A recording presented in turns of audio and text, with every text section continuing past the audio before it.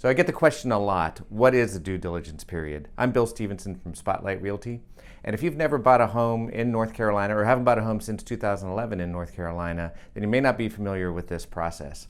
We have something called a due diligence period that's accompanied by a due diligence fee when you're buying a home.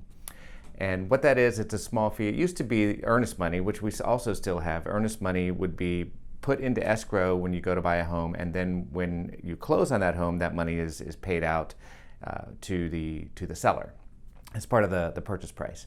Now we have two fees. We split it in two, North Carolina has, and there's a fee called a due diligence fee that basically goes directly to the homeowner, and that check is cashed and can never be refunded. And then there's earnest money on top of that that does go into escrow just like the good old days, or just like other states.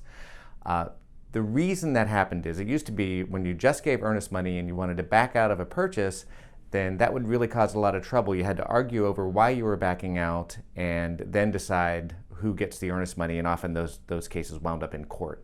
So in order to avoid that, we split it in two. Now it doesn't matter why you're backing out. You don't even have to give a reason for backing out anymore.